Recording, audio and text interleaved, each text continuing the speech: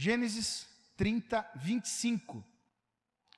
Nós vamos ler um trecho um pouco extenso, até o 43, para depois não precisar ler novamente o texto. Leio uma vez só, depois eu só vou citando, você mantém a Bíblia aberta, eu só vou citar a mensagem dentro desse texto, então você fica com a Bíblia aberta para ir conferindo à medida em que eu for falando. Depois que Raquel deu à luz a José, Jacó disse a Labão: deixe-me voltar ao meu lugar e à minha terra. Dê-me os meus filhos e as mulheres pelas quais trabalhei para o Senhor, e partirei. O Senhor sabe muito bem quanto e de que maneira o servi. Labão lhe respondeu: se puder me fazer esse favor, peço que fique comigo. Descobri por meio de adivinhações que o Senhor Deus me abençoou por causa de você. E Labão continuou: fixe o seu salário, que eu pagarei.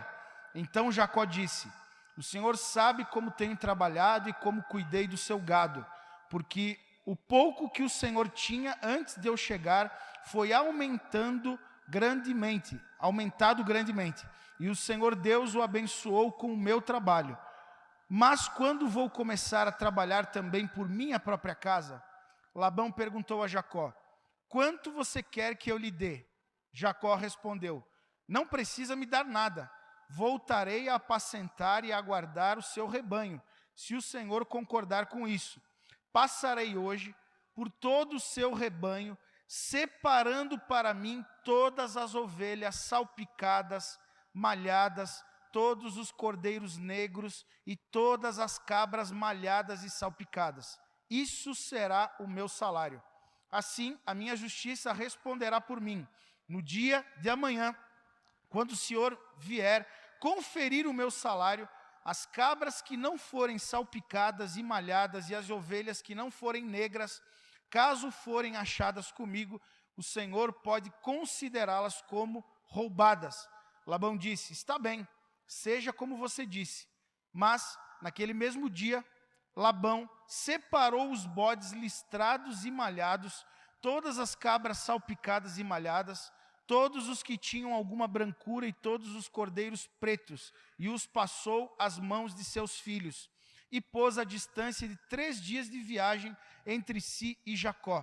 E Jacó apacentava o restante dos rebanhos de Labão. Jacó pegou galhos verdes de álamo, de aveleira e de plátano, e lhes removeu a casca, em riscas abertas, deixando aparecer a brancura dos galhos. Pôs esses galhos descascados em frente ao rebanho, nos canais de água e nos bebedouros, aonde os rebanhos vinham para beber água. E como acasalavam quando vinham beber, as ovelhas ficavam prenhas diante dos galhos e davam crias listradas, salpicadas e malhadas. Então Jacó separou os cordeiros e virou o rebanho para o lado dos animais listrados e dos animais pretos nos rebanhos de Labão. E pôs o seu rebanho à parte, e não o juntou com o rebanho de Labão. E todas as vezes que as ovelhas fortes ficavam prenhas, Jacó punha os galhos à vista do rebanho nos canais de água, para que ficassem prenhas diante dos galhos. Porém, quando o rebanho era fraco, não punha os galhos. Assim, os animais fracos eram de Labão, e os fortes eram de Jacó. E o homem se tornou mais e mais rico, teve muitos rebanhos, servas, servos, camelos e jumentos. Amém. Irmãos, quando nós estudamos a homilética, que é a arte de pregar a palavra, e aí ela caminha junto com a hermenêutica, né, que é a arte ali de interpretar os textos bíblicos e preparar uma mensagem, transmitindo ela, nós aprendemos que existe um contexto histórico, cultural, que é o contexto imediato do texto, para quem foi escrito o livro de Gênesis, quem escreveu o livro de Gênesis, qual história está sendo mencionada, o que explica cada uma das informações do texto. E existe uma aplicação do texto, porque se não houver aplicação do texto, é uma aula bíblica. Porque as pessoas às vezes não gostam de ir em escola bíblica. às vezes não é porque elas não gostam de aprender, é porque não se ensina a Bíblia. Às vezes na escola bíblica botam uns camaradas para pregar. O cara fica pregando na escola bíblica e aí o objetivo da escola bíblica não é ficar aplicando o texto. Esse texto quer dizer isso na tua vida. É a gente ensinar a Bíblia pela Bíblia. É fazer as pessoas crescerem no conhecimento bíblico. Já numa pregação, nós precisamos sempre aplicar o texto. E existem várias formas com que o Espírito aplica o texto ao nosso coração. Uma das formas é você extrair tipos do texto, alegorias do texto. Por exemplo, e é o que eu vou fazer nessa noite. Aqui nós temos uma história em que Jacó, tendo deixado a sua casa lá em Canaã, vai até lá próximo de Ur dos Caldeus, de onde o seu avô saiu, para buscar uma esposa, enfim, ele foge do seu irmão e acaba ficando lá. E ele trabalha para o seu tio Labão. Labão era um servo, um senhor mau, um senhor enganador. Se a gente lesse a sequência do texto, Labão começa a mudar o salário. Não, agora você vai ficar com as ovelhas de um jeito. Aí Deus abençoava Jacó. Agora mudava o tipo de ovelha e Deus fazia as ovelhas nascer conforme a necessidade de Jacó. E ele trabalha muitos anos só para ter o direito de casar com as duas filhas de Labão. Ele casou 14 anos. Ele foi para casar com uma. Quanto você quer para que eu case com a Raquel? 7 anos. Aí ele trabalha 7 anos. No dia do casamento, o sogro manda para a tenda, porque casamento no contexto judaico era entrar para uma tenda e consumar o casamento, né? Casamento tem mais a ver com um ato sexual do que propriamente uma cerimônia na cultura judaica. Quando entra para a tenda, não é Raquel, é Lia. E ele diz, aqui nós temos o costume que primeiro é a mais velha que casa.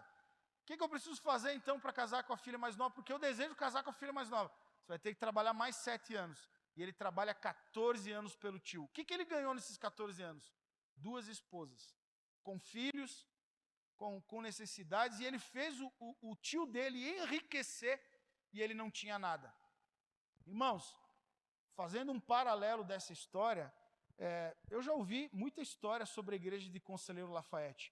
Ontem, Onício, pastor Isaac estava contando algumas coisas, postou até uma foto de um encontro que foi feito alguns anos atrás, 2012, 2013, na época do pastor Isaac em Lafayette, e ele contando que juntava 40, 50 pessoas, chegou no final, chegava a ter quase 100 pessoas. Aí a igreja foi para 8 pessoas quando o pastor Esdras chegou.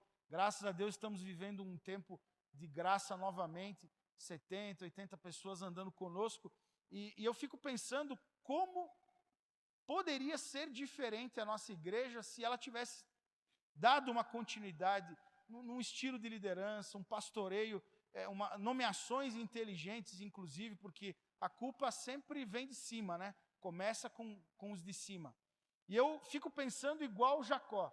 Eu comecei a fazer umas informações para a gente colocar no Instagram sobre quem nós somos, e eu coloco lá, somos oriundos do grande movimento metodista do século XVIII. Temos uma herança em John Wesley.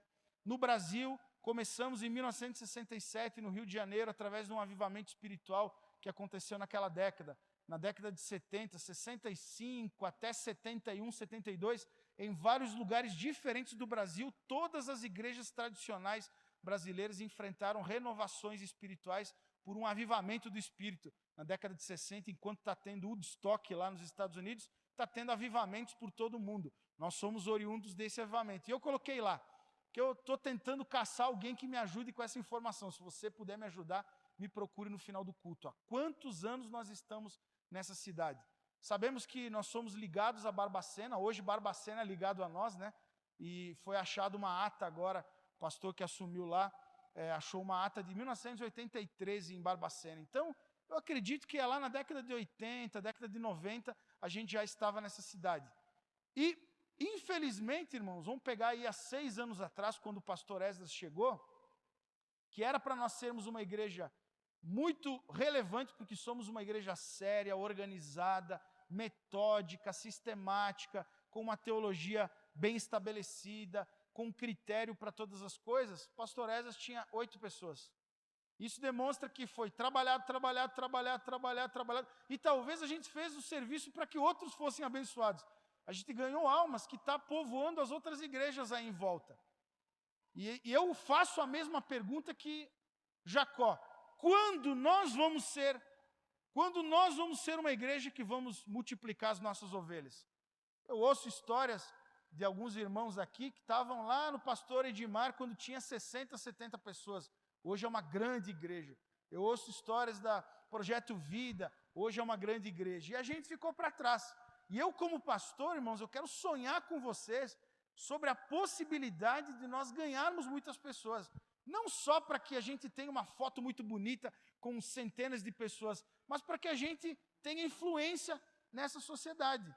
Ontem eu e o Jefferson, pastor Márcio, vou chamar ele de pastor também, porque ele vai ser pastor, nosso pai do Tiago, visitamos ontem praticamente 3 casas de recuperação ontem. A gente vai ajudar 3 casas de recuperação. É um tanto de trabalho, irmãos. Hoje de manhã, 10h30, eu liguei para o Rodrigo. O Rodrigo e a Luciana nem chegaram na igreja, já estou dando trabalho para eles. Onde é que você está, Rodrigo? Pastor, estou tomando um café aqui na padaria, eu estou vendo com a Luciana onde é que a gente vai almoçar.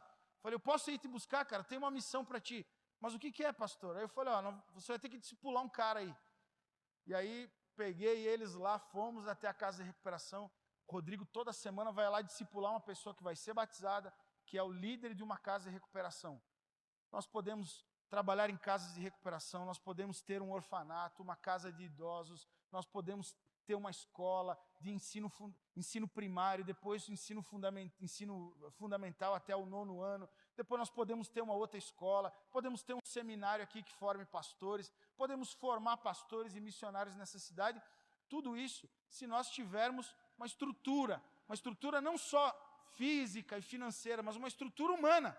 Deus pode nos acrescentar uma multidão de ovelhas para que a gente avance e se torne uma igreja relevante nesse lugar. O príncipe desse século, que é o senhor de boa parte de Lafayette, ele vai dificultar o nosso trabalho. Ele vai tentar nos enganar, ele vai tentar nos roubar, ele vai tentar nos ludibriar, nos corromper, mas nós sempre, com a ajuda do Espírito Santo, com o discernimento do Espírito, nós vamos invadir o inferno, nós vamos ganhar almas. Essa semana eu passo todo dia na frente de um centro de Umbanda. Eu acho que é um dos maiores de Conselheiro Lafayette. E eu falei para o Jefferson, eu vou parar um dia desses para orar ali. A princípio eu estava pensando em orar na frente lá. Mas eu orei a Deus, Deus me deu coragem, eu fui lá, bati palma, vi o nome do pai de santo lá, aí ele saiu na janela, eu falei, você é o fulano? O nome dele é Maurício. Você é o Maurício? Sou. Você pode sair aqui, eu quero trocar uma palavrinha contigo no portão. E ele saiu, preguei para ele, entreguei meu nome. Ele deve ter colocado o meu nome na boca do sapo nesse fim de semana, deve ter feito um monte de coisa. Quando ele vê que não vai dar certo os trabalhos, porque eu sou homem de Deus, ele vai me procurar porque ele vai estar em crise e nós vamos ganhar ele para Jesus, ele vai ser um grande instrumento na mão de Deus. Nós podemos entrar no gabinete do prefeito, nós podemos ter vereadores cristãos na nossa igreja que definam leis, nós podemos ter escolas que formem jovens para a política, nós podemos, enfim, fazer muita coisa. É por isso que nós desejamos que o Senhor nos prospere e multiplique as ovelhas que estarão conosco, porque nós vamos criar projeto para todas elas. Eu oro para que Deus mande muitos líderes, muita gente pronta, e vai dar dor de cabeça para mim, porque eu vou ter que arrumar trabalho para esse povo, e que Deus nos mande trabalhadores, porque a obra é muito grande, nós não temos tempo a perder, e eu creio que assim como Jacó recebeu graça de Deus para prosperar na terra do tio dele, que tentava enganar ele, que dificultava o trabalho dele, o Senhor nos fará prosperar, mesmo que o inferno inteiro se levante contra nós nessa cidade. Nós não trabalhamos contra outras igrejas, nós não trabalhamos contra outras religiões, nós não lutamos contra o catolicismo, contra o umbandismo, nós lutamos contra as forças espirituais do mal. Onde houver alguém aprisionado, onde houver alguém perdido, onde houver uma família desestruturada, um casamento sendo desfeito, nós entraremos em ação e levaremos a palavra de fé, de esperança, de amor, de transformação que ganhará essas pessoas. Isso não será feito apenas pelo pastor Jefferson. Dependo de você nesse trabalho. Quantas pessoas de Conselheiro Lafayette eu conheço? A maioria, vocês. Pouquíssimas pessoas além dos irmãos da igreja. Agora, quantas pessoas você conhece que estão perdidas à sua volta? Alguns de vocês têm me procurado e têm me dito: pastor, por que a gente não abre um culto no meio da semana? Porque tem um tanto de gente boa aí, até para dar oportunidade para os irmãos. Eu falo: sabe por que não? A gente tem que ter uma agenda leve, para que a gente se relacione com as pessoas. Tem igreja, irmão, que com 2 anos de crente, você já não conhece ninguém que não é convertido, porque você só começa a andar com crente. Você está tanto na igreja que você não tem mais ninguém do teu relacionamento que não conhece Jesus, você só anda com crente. Você tem que ter a oportunidade de jantar na casa do teu patrão, ir na festa da tua empresa e ficar até o momento que está saudável e ser luz na vida deles. Você tem que ter a oportunidade de um dia que aquela pessoa que você sempre cumprimenta na padaria, o caixa da padaria, convidar ele para tomar um café, convidar ele para a sua casa, enfim, para que nós nos relacionando com pessoas, nós formemos e multipliquemos ovelhas de Jesus. Eu sou uma ovelha de Jesus, e toda a oportunidade que Deus me der, eu vou pregar a salvação para as pessoas, para que elas se convertam. E talvez eu vou ter o privilégio, como pastor, de ganhar algumas almas nessa cidade e batizar elas aqui na igreja. Porém, o meu principal trabalho não é multiplicar ovelha. Entenda bem o que eu estou falando. O meu principal trabalho é multiplicar pastores. Pastor gera pastor, ovelha gera ovelha.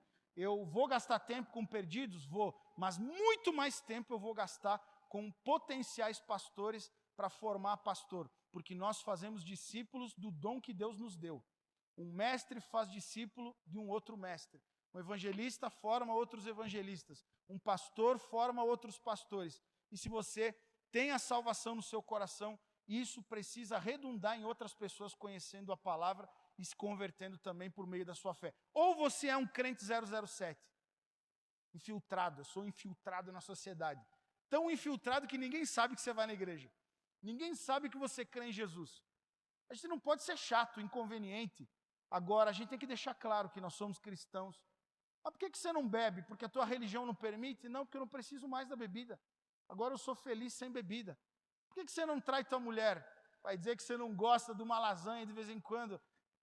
O negócio é esse, ficar comendo feijão e arroz todo dia, irmão. Eu preciso de feijão e arroz todo dia, eu não preciso de comida diferente. Você tem que expressar suas convicções de fé. As pessoas precisam saber que você é cristão. Elas precisam saber que você crê em Deus.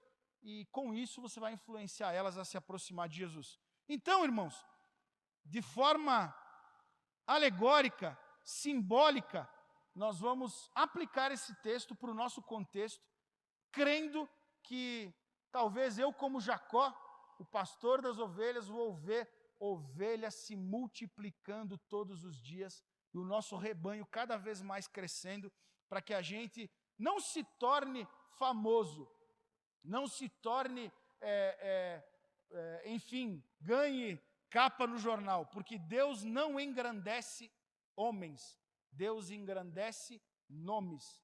Nome tem a ver com testemunho. Deus disse para Abraão: eu engrandecerei o teu nome. Deus não engrandece homens, Deus engrandece nomes. E o nome de Jesus é que vai ser engrandecido por meio da nossa fé. Por isso que você sempre vai me ouvir falar, nós somos um tipo de igreja que nós buscamos aquilo que não pode ser produzido por capacidade humana. Eu não quero que você olhe para os líderes da nossa igreja e veja inteligência neles, dedicação, ousadia neles. Eu quero que você veja eles cheios do Espírito Santo. Se a gente quer evidenciar alguma obra, é a obra da oração, é a obra da piedade, do relacionamento com Jesus, da fidelidade em Deus, do jejum, porque essas coisas nos aproximam de Deus e é a graça de Deus que flui através de nós que vai fazer a diferença nessa igreja. Não por capacidade humana, não por inteligência, não por imposição de palavras, mas pelo Espírito Santo. Eu quero que você seja cheio do Espírito Santo, para que onde você estiver, ovelhas sejam multiplicadas à sua volta. Irmãos, nós não queremos uma multidão de espectadores. Tem igreja que tem uma multidão de membros. No hall lá tem 4 dígitos de membros. Mas a maioria dessas pessoas são espectadores da fé. Elas vão para a igreja para receber uma oração. Elas vão para a igreja para ouvir uma palavra que anime elas para aquela semana. Não queremos ser uma igreja de espectadores. Não nos interessa ter uma multidão de pessoas que só vêm encerar banco. A gente fica usando essas expressões da década de 80, né, Eunice? Né, porque a igreja tinha banco, né? O pessoal vinha encerar banco, né? Nós queremos que todos vocês desenvolvam seus dons. Nós queremos que todos vocês produzam almas. Para isso nós temos pequenos grupos. Para isso nós temos algumas programações no templo. Para isso você pode criar suas programações. Crie estratégias para evangelizar o seu vizinho. Crie estratégias para que Jesus chegue até o teu marido. Crie estratégias para que o seu filho conheça Jesus. E se precisar da nossa ajuda, nos procure. Nem que seja ajuda em oração. Nós vamos orar por você para que o Senhor ganhe os que estão perdidos à sua volta. Queremos ganhar toda a cidade de Lafayette para Jesus. A começar pelos da sua casa. A começar pelos da sua vizinhança. A começar pelos do seu trabalho. Faça uso das pontes de relacionamento que você já tem para levar o evangelho para essas pessoas, e eu creio que o Senhor nos dará uma multidão de almas. Nesse texto, existem algumas informações que faz com que a gente tire de forma alegórica princípios muito interessantes sobre multiplicação de ovelhas. E eu quero dar um tema para essa mensagem que é: multiplique as ovelhas diferentes. Por que multiplicar as ovelhas diferentes? Eu vou te explicar agora por que você vai multiplicar as ovelhas diferentes. No versículo 32, no versículo 33, no versículo 35, no 39, no 40, existe uma repetição da informação que Jacó estabeleceu, que as ovelhas que ficariam com eles seriam as ovelhas diferentes. Ovelha, cabrito, geralmente nasce de uma única cor. Isso é comum, é difícil ter ovelha negra, tanto que quando usa lá o termo, você é a ovelha negra da família, é porque é raro ovelha negra. É comum ovelha branca, de uma única cor. Ovelha salpicada, malhada, não é comum. Zebra sai listrada, vaca sai com manchinha, ovelha não. Cabrito também não. E aí olha o que Jacó fala. O meu salário vai ser todas as ovelhas diferentes. As salpicadas, as malhadas, os cabritos salpicados, malhados, as ovelhas negras, esses vão ser o meu salário. Labão, se ele fosse minimamente justo, ele ficaria feliz e até deixaria as ovelhas e as malhadas que tinha no rebanho dele. Mas diz o texto que ele vai no mesmo dia, separa essas ovelhas e manda elas numa distância de 3 dias de caminhada, para que ele não pegasse as que já tinha. E ele não deixa nenhuma diferente, para não dar nada para o sobrinho dele. E a Bíblia diz que Deus vai dando graça para que as ovelhas que nascem malhadas, salpicadas. Só nasce ovelha diferente, para dar sustento para Jacó. Eu não vou entrar na estratégia de Jacó. Eu estudei já esse texto algumas vezes, procurando se existia algum misticismo da época, alguma crença daquela época. Eu não sei, irmão, se era uma crença daquela época, eu não achei essa informação. Ou se foi uma inspiração de Deus, um sonho, uma visão que ele teve para desejar aquilo. Porque é meio improvável o que ele desejou. Mas Deus o abençoou, e é isso que importa. Deus nos dará estratégias que para algumas pessoas vai ser maluquice. Para algumas pessoas vai ser coisa de doido. Nunca vi alguém fazer isso. Mas se for uma estratégia de Deus, Deus vai nos fazer prosperar. Não vou entrar no mérito do porquê que ele escolheu isso, do porquê que ele usou aquelas varas lá que eu vou citar logo na frente. O fato é que ele escolheu as ovelhas diferentes. E eu tenho para dizer para você, irmão, que eu desejo multiplicar ovelhas diferentes. Eu não sei, talvez você já tenha conhecido algum pastor que gosta de ovelha que fica batendo continência toda vez. Ovelha que é ovelha, né? Só ovelha, que só segue, né? Ovelha de tipo boi de manada, né? Quando um vai, os outros vão atrás, né? Gente que só segue a multidão. Eu não quero multiplicar a gente que segue a multidão. Eu não quero que você venha apenas para ouvir, para receber uma oração. Eu quero que você participe. Eu quero que você contribua com a sua vida. E aí, quando eu olho para cada um de vocês, os que eu já estou conhecendo, que eu estou visitando, estou conversando, eu vejo que cada um tem uma característica. Cada um tem uma característica. Vou citar aqui alguns. O Jefferson é um cara muito criativo, muito inventor de coisa.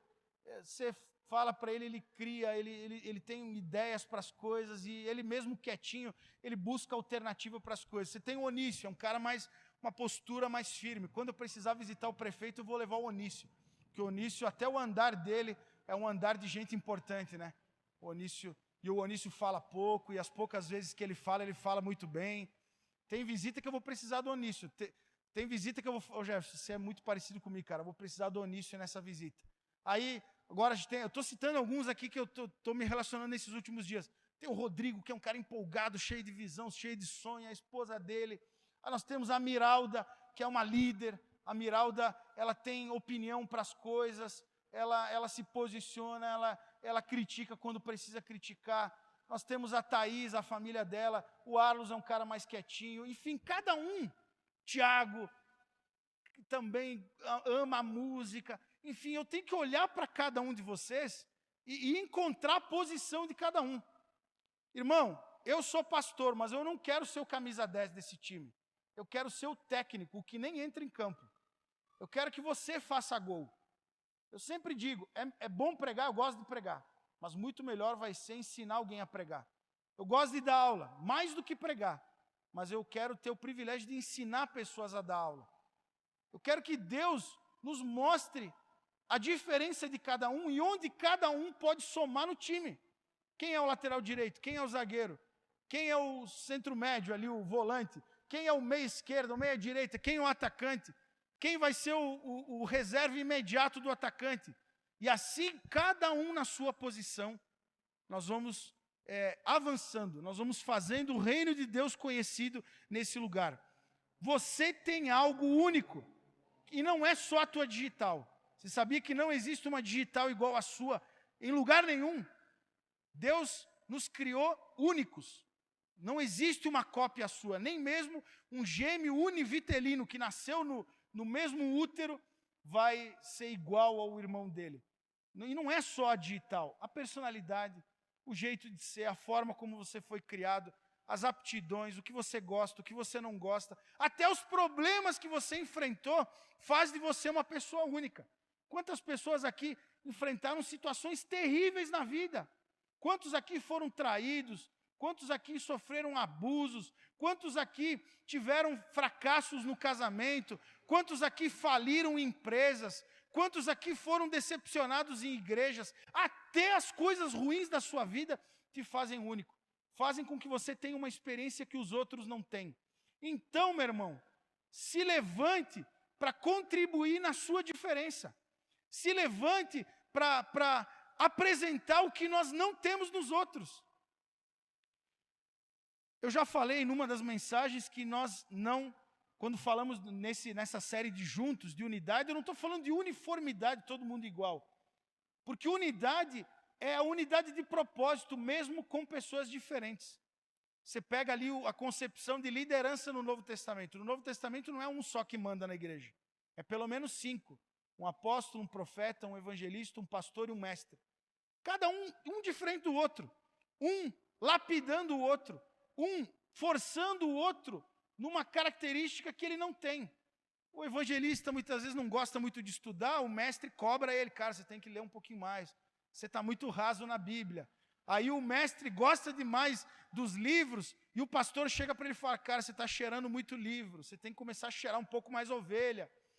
E o apóstolo impulsionando eles, desafiando eles, sonhando com projetos, com outras coisas. E o profeta confrontando eles na espiritualidade, o profeta dizendo, qual foi a última vez que você fez um jejum?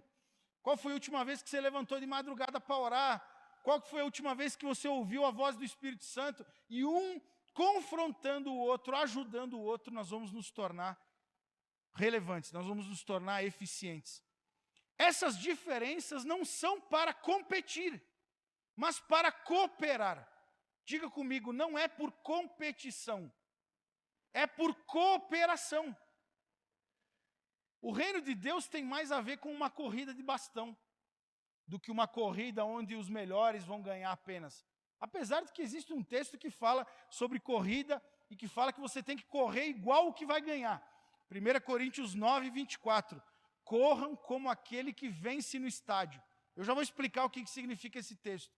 Nós corremos numa troca de bastão.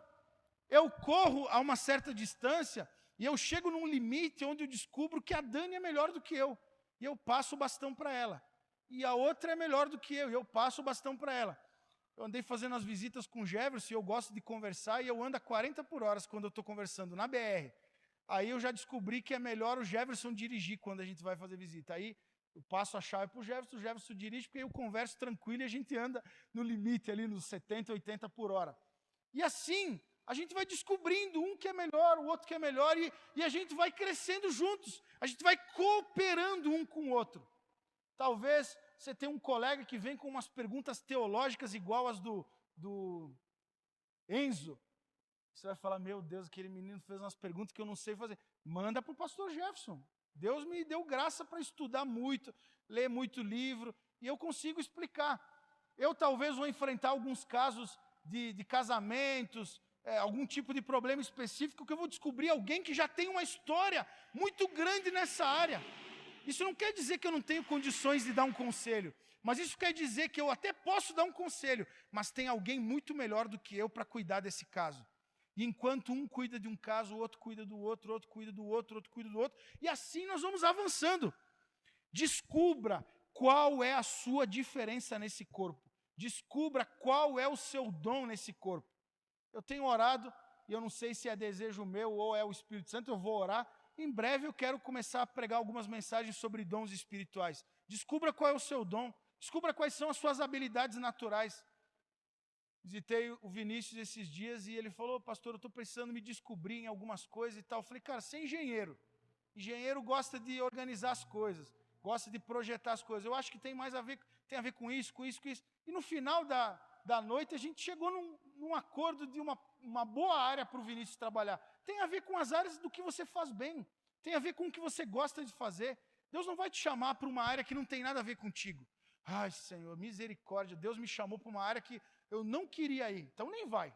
Se é para você ir sem vontade de ir, nem vai. Espera Deus produzir a vontade no teu coração, porque Deus vai te chamar para algo que você gosta de fazer, que você faz bem, e Ele vai te capacitar para isso. Tem desafios que Deus dá para nós que a gente não se sente capaz, mas não tem a ver conosco, tem a ver com aquele que nos chamou e que vai nos capacitar a cumprir essa missão. O texto diz que a estratégia que Deus deu lá para Jacó, eu creio que foi Deus que deu a estratégia para ele, no lugar onde as ovelhas iam beber água, ele fez lá uma decoração com varas de 3 tipos de árvore.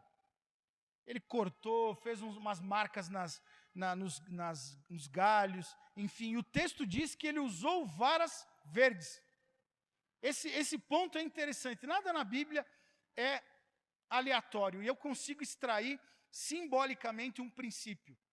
A visão que eu vou estabelecer para formar líderes, para multiplicar ovelhas diferentes no nosso meio, é uma estratégia maleável. Precisa ser com varas verdes. Não pode ser um sistema rígido, porque num sistema rígido, a gente cria regras que são mais importantes do que as pessoas. Mas para mim, as pessoas sempre serão mais importantes do que as regras. O pastor estabeleceu que o GCL começa às 8 horas e tem que terminar às 9 horas. 8 em ponto eu começo o GCL. Mas aí naquele dia se descobre que tem um visitante, pela primeira vez ele vai, e ele avisou que agarrou no trânsito, e ele vai chegar às 8h10. Pô, irmão, pelo amor de Deus, atrasa o início desse GCL para valorizar a chegada daquele visitante. As pessoas são mais importantes do que as regras. Tem gente que faz da teologia, da regra, um Deus maior do que o amor às pessoas. Eu não estou falando para a gente abrir mão de princípio. O Onísio falou muito bem sobre princípio. Deus é um Deus de princípio. Eu não estou falando para a gente negociar com o pecado. Não estou falando para a gente negociar com a nossa fidelidade. Mas tem regras que a gente vai estabelecer que elas não são tão exatas. Quando a gente envolve com o ser humano, não é 1 mais 1 é 2. Às vezes é 1 mais 3 vai dar 4, tira 2, dá 2. A gente, para chegar no 2, não tem que chegar no 4 e voltar para o 2. Faz parte, irmãos, da peculiaridade de cada ser humano. Você que é casado sabe que você está 15 anos com a sua esposa e você ainda está descobrindo coisas. Você ainda está conhecendo aquela pessoa. Quantas vezes você olhou para o teu pai, para a tua mãe, tendo alguma atitude e você falou, eu não estou conhecendo essa pessoa. E você nasceu naquela casa. Por quê? Porque o ser humano, ele tem tantas variáveis, tem tantas coisas diferentes, mas é por isso que a gente precisa ter um processo maleável. Nós precisamos ter graça para agir com as pessoas. Nem todo mundo vai cumprir todos os nossos requisitos. E a gente tem que ter paciência. Irmãos, quando eu cheguei na igreja, eu tinha dificuldade de fechar o olho. Eu era tão endemoniado que eu não conseguia ficar com o olho fechado. Uma oração de 30 segundos, eu já me sentia mal. Parecia que tinha alguém do meu lado me perseguindo. Eu não gostava de fechar o olho. Eu lembro de uma vez, numa igreja, eu era diácono, daqueles diáconos que fica assim, ó, na parede do lado de terno e gravata. Eu era desses diáconos. Aí do outro lado está o diácono mais velho lá. Aí o diácono do outro lado fez assim para mim. Na minha frente tinha um menino visitando com um boné na cabeça. E eu fiz assim. Eu fiquei aqui. O diácono saiu de lá, deu a volta, veio aqui do lado, falou no ouvido do menino. O menino tirou o cabelo dele, tirou o boné, o cabelo dele armou. Aí ele saiu de fininho, foi no banheiro, passou uma água no cabelo, o cabelo não ficou, nunca mais ele voltou. Você tem noção que aquele diácono perdeu talvez uma alma por causa de um boné na cabeça, irmão? Pelo amor de Deus, vocês não façam isso que eu vou brigar com vocês se vocês fizerem uma coisa dessa. E se um dia entrar um cara tatuado até o nariz dele? Você vai olhar ele de olho torto? Se entrar um cara cheirando mal? Nós precisamos ter um processo maleável. Nós precisamos ter um critério onde o amor é maior do que as regras. Onde estar com as pessoas, ter comunhão com elas, se relacionar com elas é mais importante. Tem coisa que nem o Espírito Santo cobrou da pessoa ainda e você quer ser melhor do que o Espírito Santo. Você quer dizer para a pessoa que ela tem que mudar ou que ela não tem que mudar. Você tem que deixar é Deus fazer a obra. Você tem que confiar que é Deus quem está fazendo. Irmãos, eu como pastor, eu ando junto com pessoas que eu vejo muita coisa que essas pessoas precisariam mudar. Aos pouquinhos, Deus vai me dando a oportunidade de eu confrontar as pessoas nessas coisas. Mas tem vezes, eu já tive situações de guardar uma questão por meses para falar para alguém. E algo relevante, que outros usariam o microfone para falar muitas vezes. Eu esperei meses, às vezes, para falar alguma coisa para uma pessoa para ajudar ela. Nós temos que ter graça, irmãos. Graça não é só uma teologia. Graça tem que ser o teu coração. Você tem que ser uma pessoa graciosa. Você tem que ser uma pessoa que o pecador se sente bem perto de você. Não se sente bem para pecar perto de você, mas ele se sente acolhido por você. Tem um videozinho que está viralizando aí. Talvez os meninos saibam o nome dele. Um rapper que ele tem uns cabelos coloridos. Ele usa dente de ouro, dente de prata, e cheio de tatuagem no rosto, e ele sendo entrevistado por uma mulher, e aí ele cantando alguns louvores, de quando ele era criança, e ele falou, eu aprendi na igreja a cantar essas músicas, e aí a mulher puxou uma canção, e ele continuou a canção, aí ela falou, qual outra música que você conhece da igreja? E aí ele ficou todo sem graça, ele falou, não, eu tenho vergonha de cantar. Por que você tem vergonha? Porque eu acho que eles não vão gostar de mim, eles não gostam de mim, se eu for lá, eles não vão me receber. Que miséria de teologia é essa, irmão? Que o pecador que deveria correr para a igreja, quando pecar, ele se sente ameaçado por nós. É porque a gente criou regras que são mais importantes do que as pessoas. Jesus sentava com os pecadores. Jesus comia com os cobradores de impostos, os traidores de Israel. Jesus andava com os leprosos, próximo dos leprosos, correndo o risco de alguém julgar ele e afastar ele, não permitir que ele entrasse no templo. Ele não estava nem aí para isso, irmãos. John Wesley, um pastor anglicano, nós somos wesleyanos por John Wesley, ele pregava nos púlpitos da igreja. E aí um dia ele teve uma experiência que o coração dele foi aquecido. Eu creio que foi uma experiência de batismo com o Espírito Santo. Tudo mudou na mente dele. Ele já tinha sido missionário nos Estados Unidos.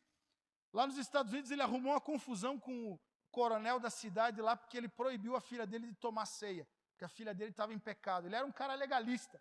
E aí quando o Espírito entrou no coração dele, ele começou a pregar para os caras das minas de carvão. Eles achavam que quem trabalhava numa mina de carvão era alguém amaldiçoado por Deus, porque os caras ficavam sujos até no branco do olho dele sujava. Não, só pode ser um amaldiçoado por Deus para precisar trabalhar na mina de carvão. John Wesley ia para a porta da mina. John Wesley multiplicou escolas, orfanatos, buscou as ovelhas que os outros não queriam. Hoje nós estávamos lá na casa de recuperação e eu falei para o líder lá, você é um pastor de ovelhas negras. Deus te chamou para pastorear esse povo aí que ninguém quer pastorear eles. Eu te admiro, cara, você é tão pastor quanto eu. E nós vamos te ajudar a pastorear essas ovelhas negras aí, né? Ovelhas negras da família que todo mundo rejeita, todo mundo deixa de lado. Estabeleçamos um processo maleável, um processo de amor, de graça, de acolhimento, de ajuda, não de julgamento. A pessoa vai chegar até esperando tomar uma pancada tua, você vai falar, não, eu não sou a favor do que você está fazendo. Mas vamos junto, cara, vem comigo, vamos tomar um café ali. Que é isso, cara? Não, vamos tomar um café. Não, você quer sentar comigo, mas vamos lá, cara. Ele vai se sentir acolhido por você, ele vai abrir o coração. E aí você pode pregar a palavra a ponto até de confrontar o pecado dele, ele vai aceitar. Outro princípio, quando Jacó faz marcas, e eu, quando chegar no céu, vou querer descobrir que tipo de marca foi, se era horizontal, diagonal. Ele fez algumas marcas nas varas, e eu imagino que o tipo de marca que ele fazia nas varas determinava que tipo de ovelha ele multiplicava. Isso para mim ensina que a gente precisa também determinar as marcas que vão se multiplicar nas ovelhas da nossa igreja. Você já me ouviu pregar aí algumas semanas. Toda vez que eu pregar eu vou falar sobre almas. Todas as vezes que eu pregar eu vou falar sobre fazer discípulo.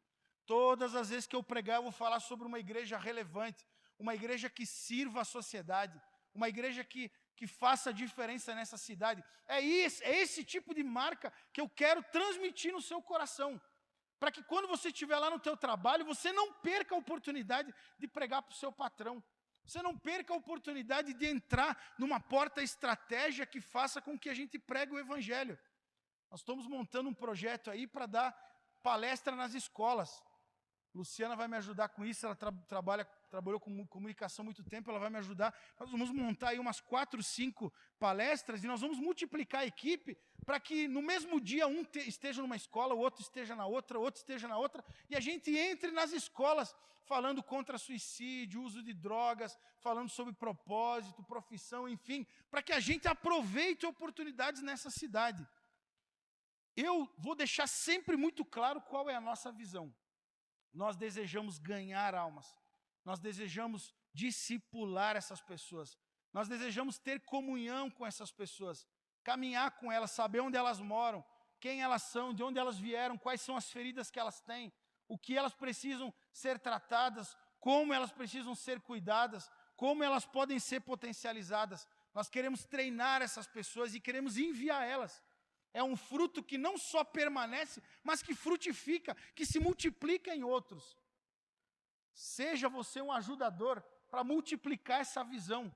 Quando você estiver conversando com algum irmão da igreja, deixa claro a visão que você está ouvindo. Aquilo que está impactando o teu coração, seja um proclamador dessa mensagem. Amém, eu quero ser um instrumento de Deus. Servir a Deus não é só para pastor e missionário. Qual é a sua profissão? O que você faz? Você pode ser um missionário disfarçado no teu trabalho. Como professor na escola, você pode ajudar uma criança que está em dificuldade. Você pode ajudar os teus colegas de classe. Você pode ajudar o teu encarregado superior. Você pode ajudar os funcionários da tua empresa. Tem um irmão lá em Contagem. Volta e meia ele me ligava. Pastor, estou com um problema aqui com o meu funcionário. E eu ia lá. Irmãos, ele tratava os funcionários dele igual filho. Cuidei de vários funcionários dele. Quando eles caíam, quando eles estavam com problema, ele me chamava e eu ia lá. Você pode ser um missionário disfarçado no seu trabalho. Para encerrar, os últimos versículos 41, 42, diz o texto que Jacó escolhia as ovelhas que iam passar na frente das varas. As mais fracas ele deixava de lado. As mais fortes ele colocava diante das varas. Isso me ensina que eu preciso escolher em quem eu vou investir mais. Na igreja de São José dos Pinhais, lá no Paraná, nós chegamos a ter 4 moradores de ruas na igreja. 2 deles, um deles era o Felipe, o outro era o... Como é que é o nome dele? Eber. O Eber. O Felipe, pensa num cara desenrolado. O Felipe, filho de um dono de empresa de seguros de avião. Cara milionário. Ele era mergulhador profissional, o Felipe. Ganhava 10 mil reais por hora para mergulhar em plataforma petrolífera para soldar. Ele soldava em plataforma petrolífera. Falava outras línguas, um cara super desenrolado e inteligente. Quando eu vi ele, morador de rua, perdido por causa da cocaína, eu falei, vou investir nesse cara, esse cara vai ser um pastor. E eu levava o Felipe para cima e para baixo. O Felipe ia comigo no GECEL, tudo que eu ia, o Felipe estava comigo. E ele dava até conselho para as pessoas, quando a gente estava junto. Na primeira que a gente confiou nele, o pai dele descobriu que a gente estava ajudando ele, ele vinha escondido, tinha um missionário que cuidava de um restaurante social da igreja, e eles eram tudo garçom num restaurante da igreja. Aí ele vinha, chamou o missionário e ele dava lá 500 reais. Rafael, o missionário Rafael, ele está em Minas Gerais hoje, pastoreando em Santana de Cataguases. Rafael, toma esses 500 reais, só não dá na mão do Felipe. Vai comprando tênis, o que ele precisar, compra para ele, mas não diz que você tem dinheiro e não diz que fui eu que dei. Um dia ele descobriu, alguém contou para ele que o pai dele estava dando dinheiro. Aí ele chegou para o Rafael, eu quero o dinheiro que o meu pai está dando aí, é meu esse dinheiro. Você não pode ter dinheiro, cara, você vai se perder. Não, eu estou bem, já estou alguns meses aqui, eu vou... Primeiro dinheiro que a gente deu na mão dele, ele sumiu 2 dias, voltou sem nada, nariz cheio e nunca deu liga. Felipe nunca deu liga. Investi todo o meu tempo no Felipe, acreditando que ele podia ser um pastor, um pregador da palavra. Irmãos, eu confesso que eu deixava o Eber de lado. Nunca dei muita moral pro Eber. O Eber não falava, o Eber, aquele cara que entrava mudo, saía calado. Um dia eu chamei o Eber. Falei, cara, você nunca foi comigo no GECEL? Vamos no GECEL. O Eber foi para o GECEL. Passamos, eu ia 6 meses no GECEL, nunca tinha tido visitante. Era numa família que tinha acabado de mudar para o bairro, eles não tinham ninguém conhecido no bairro. E 6 meses a gente ficava lá, pregando a palavra para a família e quem ia comigo no carro. Primeiro dia que o Eber foi comigo, nós passamos num bairro, era 40 quilômetros de lá. Ele falou, minha mãe mora nesse bairro. Sério, cara? Manda uma mensagem para ela, convida ela para ir no GECEL semana que vem e tal. Fala que a gente passa para buscar ela. Na semana seguinte, eu levei o Eber para ir buscar a mãe dele. Buscamos a mãe dele, chegamos lá no GECEL. No primeiro dia, a mãe dele falou, aqui é um pouco longe da minha casa, não tem como transferir o GECEL lá para a minha casa, porque eu queria chamar a minha filha, o meu genro, o pessoal da rua e tal. E eu já tinha combinado com a dona da casa, ela vivia querendo fechar o GECEL. Falei, fica tranquilo, uma hora Deus vai mandar alguém, nós vamos transferir o GECEL para a casa dessa pessoa. E lá, no dia que ela falou isso, a irmã me olhou, fez assim para mim. Na semana seguinte, nós fomos para a casa dela. Final do ano, a gente tinha quase 30 pessoas no GECEL. O Eber virou meu líder em treinamento. O Eber, tive a experiência de expulsar demônio dele e no final ver ele ser batizado com o Espírito Santo, ser usado por dons espirituais. O Eber hoje tem uma família, casou, assumiu os filhos de uma mulher, está super bem, vi umas fotos semana passada, ele servindo na igreja, como diácono lá na igreja. O cara que eu quase não joguei água, reproduziu, frutificou mais do que o outro que eu ficava o dia inteiro em cima dele. Eu vou ficar jogando água na cabeça de todos vocês. Todos vocês, quando tiver a oportunidade de conversar comigo, eu vou tentar te impulsionar para alguma coisa. Uns vão responder, outros não. Os que responderem, eu vou gastar mais o meu tempo.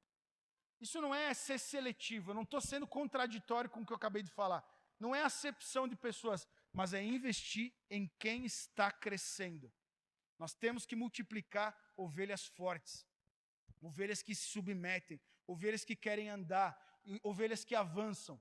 Infelizmente, como pastor, eu vou ter que deixar algumas pessoas para trás. Não porque eu o desejo, mas porque elas não querem caminhar, porque elas não estão respondendo os estímulos que Deus está dando para elas. Deus nos dará uma multidão de ovelhas. Você pode ser uma delas. Ovelhas que geram outras ovelhas. Você já viu que na Bíblia fala de ovelha e cordeiro. Sabe o que é ovelha e cordeiro? Ovelha é o ovino do sexo feminino. Cordeiro é o filhote. Cabrito, não, qual que é o masculino? Me ajuda aí. Carneiro, obrigado, sogra. Carneiro só aparece 2 vezes na Bíblia. Você sabia disso? 2 vezes na Bíblia. O ovino do sexo masculino. Uma vez em Gênesis 22, quando fala que um carneiro amarrado pelo chifre substituiu Isaac no sacrifício, e um outro texto que aponta para Jesus. A Bíblia sempre vai falar de ovelha no sexo feminino, porque é a ovelha que reproduz, é a ovelha que gera outras ovelhas. Eu desejo que você seja uma ovelha que se multiplique. Eu quero que o Senhor nos dê ovelhas diferentes. Pastor, estou me sentindo acuado, tem um monte de gente aparecendo, surgindo aí, trabalhando, eu não vou ter espaço. Tem sim, meu irmão, tem sim. No reino de Deus, todo mundo tem utilidade. Se levante em Deus e diga: Deus, eu quero fazer parte desse projeto, eu quero fazer parte dessa obra. E Deus vai nos mostrar onde você pode atuar, onde você pode fazer a diferença, para que nós multipliquemos ovelhas na cidade de Labão. O inimigo está fazendo discípulos aí, cada dia mais tem gente se perdendo em alguma área diferente. Nós vamos ganhar almas, nós vamos saquear o inferno, multiplicando ovelhas que caminham atrás de Jesus, que seguem a voz de Jesus. Amém? Você quer ser um multiplicador de ovelhas? Se coloque em pé, eu quero orar por você.